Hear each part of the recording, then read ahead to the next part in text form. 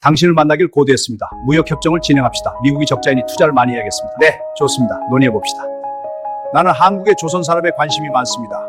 우리가 발주했으니 한국도 미국에 투자해야 합니다. 여러분, 상상해 보셨나요? 한 국가가 다른 국가로부터 무려 5,500억 달러라는 천문학적인 금액을 사실상 갈취당했다는 표현까지 나올 정도로 충격적인 무역협정을 맺게 된다면 과연 어떤 일이 벌어질까요? 단순한 거래가 아니라 마치 거대한 힘에 의해 강제로 희생을 치러야만 했던 그런 상황 말이죠. 오늘 우리는 바로 그 이야기를 하려 합니다. 2018년 세계 경제를 뒤흔들었던 미국과 일본 사이의 무역협정, 그 이면에 숨겨진 드라마를 함께 들여다볼 예정입니다. 이 이야기는 단순히 과거 일본의 사례를 들려주는 것이 아닙니다. 당시 도널드 트럼프 행정부의 노골적인 자국 우선주의가 어떻게 전 세계 무역 질서를 송두리째 뒤흔들었는지, 그리고 이러한 강대국의 압박이 동맹국들에게는 어떤 방식으로 다가올 수 있었는지를 이해하는 데 아주 중요한 열쇠가 될 것입니다. 특히 우리에게는 타산지석의 교훈을 얻을 수 있는 귀한 기회가 될 테죠. 국제사회의 냉혹한 현실과 힘의 논리가 어떻게 작동하는지, 그리고 그 속에서 한 국가가 어떤 선택을 해야 하는지 깊이 있게 고민해 볼 수 있는 시간이 될 겁니다. 때는 2017년 도널드 트럼프 대통령이 미국 대통령으로 취임하면서 전 세계는 거대한 변화의 소용돌이에 휩싸이기 시작했습니다. 그의 슬로건은 명확했죠.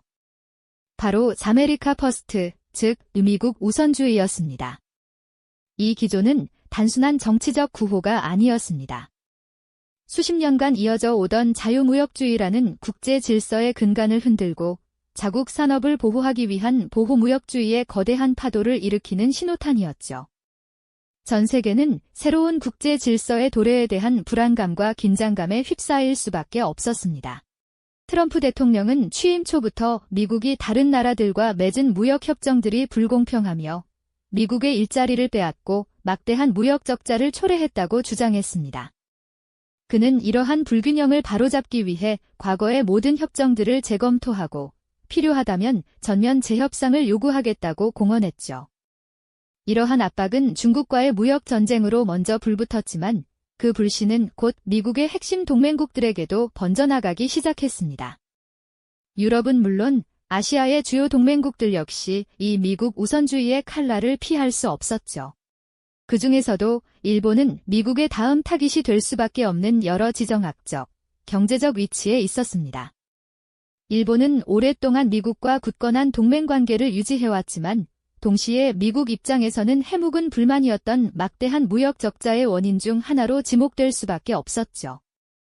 특히 일본의 자동차 산업은 미국 시장에서 독보적인 위치를 차지하고 있었고 이는 미국 제조업의 상징과도 같은 자동차 산업의 직접적인 위협으로 간주되었습니다. 또한 일본의 농산물 시장은 오랫동안 높은 장벽으로 보호되어 왔기에 미국 농업계의 눈에는 탐스러운 먹잇감처럼 보였을 겁니다. 이러한 배경 속에서 2018년 미국은 일본을 향해 본격적인 무역 협상 테이블을 요구하기 시작했습니다. 이는 단순한 무역 불균형 해소를 넘어 동맹국이라 할지라도 미국 우선주의 앞에서는 예외가 없다는 강력한 메시지를 던지는 것이었죠. 일본으로서는 미국과의 동맹관계를 유지하면서도 자국의 경제적 이익을 지켜야 하는 이중적인 과제를 안게 된 셈입니다. 마치 거대한 폭풍이 다가오는 것을 알면서도 그 폭풍의 방향을 예측하며 어떻게든 피해를 최소화해야 하는 고뇌에 찬 상황이었죠. 미국은 협상 초기부터 매우 구체적이고 강도 높은 요구사항들을 내세웠습니다. 그 핵심은 바로 일본의 농산물 시장을 전면적으로 개방하고 일본산 자동차에 대한 관세를 철폐하라는 압박이었습니다. 일본의 농업 부문은 자민당의 주요 지지 기반이었고 자동차 산업은 일본 경제의 심장과도 같았기에 이 요구들은 일본에게는 거의 받아들이기 힘든 수준의 압박이었죠. 일본 정부는 초반에는 전략적 인내를 바탕으로 미국의 요구를 최대한 방어하고 타협점을 찾기 위한 여러 전략을 모색했습니다. 하지만 미국의 압박은 상상 이상으로 거셌고 벼랑 끝으로 몰아붙이는 듯한 협상 분위기는 일본 내부에서도 큰 긴장감을 불러일으켰습니다. 과연 일본은 이 거대한 압박 속에서 어떤 선택을 하게 될까요? 미국은 마치 거대한 파도를 일으키듯 일본을 협상 테이블로 강하게 밀어붙였습니다. 그들의 요구는 단순한 무역 불균형 해소를 넘어 일본 경제의 근간을 뒤흔들겠다는 의지로 보였죠. 가장 먼저 칼날을 들이댄 곳은 일본의 농업 시장이었습니다. 일본의 농업은 단순한 식량 생산을 넘어 자민당의 오랜 지지 기반이자 농촌 공동체의 삶과 직결된 민감한 영역이었습니다. 마치 한 국가의 뿌리 깊은 정체성과도 같았죠. 미국은 이 뿌리를 단숨에 뽑아내려는 듯 농산물 시장의 전면적인 개방을 요구하며 일본 정부를 곤란하게 만들었습니다. 안 그래도 고령화와 후계자 부족으로 어려움을 겪던 일본 농업계는 이 소식에 큰 충격과 불안감에 휩싸였습니다. 이와 함께 미국의 다음 요구는 일본 경제의 심장부, 바로 자동차 산업을 겨냥했습니다. 일본산 자동차에 부과되는 관세를 철폐하라는 압박은 일본이 전 세계 시장에서 경쟁력을 유지하는 핵심 동력을 멈추게 하려는 시도나 다름없었습니다. 일본 자동차 산업은 수많은 관련 산업을 이끌며 국가 경제를 지탱하는 거대한 축과도 같았기에 이곳에 금이 가면 일본 경제 전체가 휘청거릴 수 있었죠. 미국은 자국산 자동차의 판매 부진을 일본의 높은 관세 때문이라 주장하며 이 문제를 해결하지 않으면 보복 관세 등 더 강력한 조치를 취할 수 있다고 엄포를 놓았습니다. 이는 일본에게 선택의 여지 없는 거의 협박에 가까운 요구로 다가왔을 겁니다. 일본 정부는 이러한 미국의 일방적인 공세에 처음부터 무작정 맞설 수는 없었습니다. 오랜 동맹 관계를 고려하지 않을 수 없었으니까요. 그래서 일본은 이른바 전략적 인내라는 카드를 꺼내 들었습니다. 이는 미국의 요구를 당장 전면적으로 수용하지도 그렇다고 완전히 거부하지도 않으면서 시간을 벌고 다른 대안을 모색하려는 고육지책이었죠. 마치 거센 물살을 잠시 피하며 흐름을 관망하는 뱃사공처럼 일본은 협상의 속도를 조절하고 미국의 요구사항 중 어느 정도까지 수용할 수 있을지 또 어떤 방식으로 협상력을 발휘할지 내부적으로 치열하게 고민했습니다. 하지만 트럼프 행정부의 자메리카 퍼스트 기조는 일본의 이러한 전략적 인내를 허용할 만큼 느긋하지 않았습니다. 미국은 마치 기다림에 지친 사냥꾼처럼 일본을 더욱 거세게 몰아붙이기 시작했습니다. 농산물 시장 개방과 자동차 관세 철폐는 그저 시작에 불과하다는 듯 다른 분야에서도 일본이 양보해야 할 것들을 끊임없이 요구하며 압박 수위를 높여갔습니다. 일본 내부에서는 정부의 대응 방식에 대한 우려와 비판의 목소리가 터져나오기 시작했습니다. 농민단체들은 자신들의 생존권을 지키기 위해 시위에 나섰고 자동차 업계 역시 정부가 자국의 산업을 제대로 보호하지 못할까 노심초사하며 상황을 주시했습니다. 정치권에서도 이 문제는 뜨거운 감자였습니다. 자민당 내부에서는 전통적인 지지 기반인 농업계를 보호해야 한다는 목소리가 컸고 동시에 미국과의 관계 악화는 피해야 한다는 현실론도 만만치 않았습니다. 아베 신조 당시 총리에게는 그야말로 진퇴양난의 상황이었을 겁니다. 동맹국의 압박과 자국민의 요구, 그리고 일본 경제의 미래라는 세 가지 거대한 짐을 동시에 짊어져야 했으니까요. 협상 테이블은 마치 벼랑 끝에 놓인 외나무 다리처럼 위태로웠고 미국은 그 다리를 건너오지 않으면 떨어뜨려 버리겠다는 듯 강경한 태도를 유지했습니다. 이러한 숨막히는 압박 속에서 일본은 과연 무엇을 선택해야 했을까요? 미국과의 동맹을 유지하면서도 자국의 핵심 산업을 지켜낼 수 있는 묘수는 정말 없었던 걸까요? 일본 정부의 고뇌는 깊어질 수밖에 없었습니다. 미국의 거대한 힘 앞에서 일본은 마치 작은 배가 폭풍우를 만난 것처럼 흔들리고 있었죠. 어떤 결정을 내리든 그 결과는 일본의 미래에 지울 수 없는 흔적을 남길 것이 분명했습니다. 이 협상의 무게는 단순히 경제적인 손익을 넘어 일본의 외교적 자주성과 국가적 위상까지 시험대에 올리는 중대한 시험대였던 셈입니다. 다음 이야기에서는 이 벼랑 끝 협상이 어떻게 결론이 났는지, 그리고 일본이 어떤 희생을 감수할 수밖에 없었는지 자세히 알아보겠습니다. 벼랑 끝에 선 일본이 과연 어떤 결정을 내렸을까요? 결국 그들은 선택의 여지가 많지 않았습니다. 2019년 9월 25일 미국의 도널드 트럼프 대통령과 일본의 아베 신조 당시 총리는 뉴욕에서 역사적인 무역협정에 서명했습니다. 이 순간은 언론에 대대적으로 보도되며 양국 관계의 새로운 장을 여는 것처럼 보였지만 실상은 일본에게 엄청난 대가를 요구하는 고뇌의 결실이었죠. 마치 거대한 바위에 등을 기댄 채 떠밀리듯 서명하는 모습에서 일본 정부의 복잡한 심경이 고스란히 느껴지는 듯 했습니다. 미국은 이 협정을 윈윈이라고 자축했지만 일본의 입장에서는 굴며 겨자 먹기에 가까운 불가피한 선택이었을 겁니다. 일본이 이러한 거대한 희생을 감수할 수밖에 없었던 배경에는 무엇보다 자국 경제의 핵심 동력인 자동차 산업에 드리워진 미국의 25% 관세 부과 위협이 자리 잡고 있었습니다. 만약 이 관세가 현실화된다면 일본 자동차 산업은 물론 국가 경제 전체가 뿌리째 흔들릴 것이 자명했으니까요.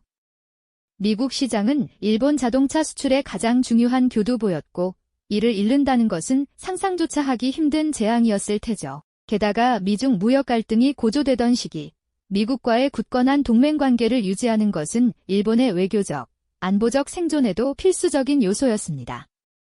아베 총리는 아마도 소탐대시의 우를 범하지 않기 위해 당장의 경제적 손실을 감내하더라도 더 큰 안보적, 외교적 이익을 지키려 했을 것입니다. 이는 마치 거대한 댐의 균열을 막기 위해 작은 틈을 메우는 고육지책과 같았죠. 그렇다면 일본이 감수해야 했던 거대한 희생은 구체적으로 무엇이었을까요? 이 협정의 핵심 내용은 바로 일본이 미국산 농산물 시장을 대폭 개방하고 특정 품목에 대한 관세를 인하하며 향후 5,500억 달러 규모의 미국산 제품을 수입하겠다는 약속이었습니다. 여기서 5,500억 달러라는 숫자는 단순히 현금을 지불하는 개념이 아닙니다. 대신 일본이 미국산 쇠고기, 돼지고기, 밀, 와인 등 다양한 농산품의 수입 관세를 낮추고 쿼터를 늘려 향후 수년간 미국이 일본 시장에서 벌어들일 수 있는 추가적인 수익을 추정한 금액에 가깝습니다. 이는 미국 농업 분야에 큰 활력을 불어넣고 일본에 대한 무역 적자를 줄이려는 트럼프 행정부의 계산된 전략이었던 셈이죠. 일본은 이 협정을 통해 미국산 농산물에 대한 관세를 환태평양 경제 동반자 협정 CPTPP 수준으로 낮추게 됩니다. 이로 인해 미국산 쇠고기 관세는 38.5%에서 2020년에는 26.6%, 2033년에는 9%까지 단계적으로 인하되었고, 돼지고기, 유제품, 와인 등도 유사한 방식으로 관세가 인하되거나 철폐되었습니다. 언뜻 보면 상호 합의에 의한 무역 자유화처럼 보이지만 실상은 달랐습니다. 일본이 그토록 원했던 자국 자동차 및 자동차 부품에 대한 미국의 관세 철폐는 이루어지지 않았으니까요. 미국은 고작 농산물 시장 개방의 대가로 일본 자동차에 대한 25% 관세 부과 위협을 유예하는 수준에 그쳤을 뿐입니다. 바로 이 지점에서 많은 이들이 이 협정을 갈취라는 다소 강도 높은 표현으로 부르는 이유를 찾을 수 있습니다. 미국은 일본이 가장 취약한 부분을 정확히 파고들어 압박했고, 일본은 자국 경제의 명운이 걸린 핵심 산업을 지키기 위해 어쩔 수 없이 막대한 농산물 시장을 내어줘야만 했습니다. 마치 인지를 붙잡고 몸값을 요구하는 상황과 크게 다르지 않다고 비유할 수 있을 정도였죠. 일본으로서는 핵심 산업에 대한 관세 폭탄을 피하기 위해 다른 분야에서 막대한 양보를 할 수밖에 없었던 것입니다. 이 협정은 단순한 경제적 손익을 넘어 강대국의 힘의 논리가 국제 무역 질서에 얼마나 큰 영향을 미칠 수 있는지를 여실히 보여주는 사례로 기록되었습니다. 일본의 고뇌와 희생이 고스란히 담긴 5,500억 달러의 서명, 그 이면에는 국제사회의 냉혹한 현실이 숨겨져 있었던 셈이죠. 다음 이야기에서는 이러한 일본의 경험이 과연 우리 대한민국에게 어떤 중요한 경고와 시사점을 던져주는지 깊이 있게 살펴보겠습니다. 지난 시간에는 일본이 5,500억 달러라는 막대한 희생을 치르며 미국과의 무역협정을 타결했던 냉혹한 현실을 살펴보았습니다. 마치 인질극과도 같았던 그 협정의 이면에는 강대국의 힘의 논리가 국제 무역 질서에 얼마나 큰 영향을 미칠 수 있는지에 대한 적나라한 현실이 숨겨져 있었죠. 이제 우리는 이 일본의 경험이 과연 우리 대한민국에게 어떤 중요한 경고와 시사점을 던져주는지 함께 깊이 있게 고민해 볼 시간입니다. 이 협정은 일본 경제에 적지 않은 파장을 불러왔습니다. 특히 자국 농업 보호를 위해 오랫동안 높은 장벽을 유지해왔던 일본의 농산물 시장은 마치 거대한 파도가 덮친 듯 순식간에 새로운 경쟁의 소용돌이에 휘말리게 되었죠. 미국산 농산물이 대거 유입되면서 수십 년간 지켜온 삶의 터전과 방식이 한순간에 흔들리는 경험을 해야 했습니다. 이는 단순히 농가의 경제적 손실을 넘어 농촌 공동체의 기반을 흔들고 식량 안보에 대한 근본적인 우려를 낳는 심각한 문제로 이어질 수 있었습니다. 자동차 산업은 당장의 관세 폭탄을 피했지만 그 대가로 다른 핵심 산업이 고통을 감내해야 하는 불균형적인 결과를 낳았다고 볼 수 있습니다. 이러한 일본의 상황은 2018년 당시 우리 대한민국에게도 결코 남의 이야기가 아니었습니다. 트럼프 행정부의 아메리카 퍼스트 기조는 동맹국이라 할지라도 자국의 이익 앞에서는 가차없는 압박을 가할 수 있다는 냉혹한 현실을 여실히 보여주었죠. 우리는 한미 자유무역협정, 즉 한미 FTA 재협상이라는 거대한 파고를 마주해야 했습니다. 미국은 한국산 자동차와 철강 제품에 대한 고관세 부과 위협을 지렛대 삼아 우리 정부에는 농축산물 시장의 추가적인 개방과 투자자 국가 분쟁 해결 제도, ISDS, 개편 등 민감한 사안들에 대한 강력한 양보를 요구했습니다. 마치 일본이 겪었던 벼랑 끝 협상의 대자비를 보는 듯한 긴장감이 감돌았죠. 다행히 우리는 일본과는 다른 결과로 협상을 마무리했지만 그 과정에서 겪었던 진통과 불확실성은 우리에게 깊은 교훈을 남겼습니다. 뿐만 아니라 방위비 분담금 문제 역시 트럼프 행정부의 주요 압박 수단 중 하나였습니다. 주한미군 주둔 비용에 대한 한국의 분담을 대폭 늘려야 한다는 미국의 거듭된 요구는 한미동맹의 근간을 흔들 수 있는 민감한 사안이었죠. 이는 경제적 이익을 넘어 안보라는 핵심 영역에서까지 미국의 자국 우선주의가 얼마나 강력하게 발현될 수 있는지를 보여주는 사례였습니다. 일본의 5,500억 달러 희생이 상징하듯 동맹이라는 이름 아래서도 결코 안심할 수 없는 국제사회의 냉혹한 현실을 우리는 똑똑히 목격해야만 했습니다. 국제관계의 복잡성과 예측 불가능성을 다시 한번 실감하게 된 순간이었죠. 이처럼 미일 무역협정은 단순히 두 나라 간의 경제적 합의를 넘어 국제정세의 거대한 흐름과 힘의 논리를 여실히 드러낸 사건으로 기록됩니다. 동맹 관계라고 해서 언제나 상호 이익만을 추구할 것이라는 막연한 기대는 위험하다는 것을 깨닫게 해주었죠. 우리는 이 경험을 통해 국제 무대에서 자국의 이익을 수호하기 위한 치밀한 전략과 협상 역량의 중요성을 다시 한번 되새겨야 합니다. 언제든 예상치 못한 형태로 다가올 수 있는 강대국의 압박에 대비하여 경제적 자립도를 높이고 외교적 지평을 넓히는 다각적인 노력이 필요하다는 교훈을 얻을 수 있었던 것이죠.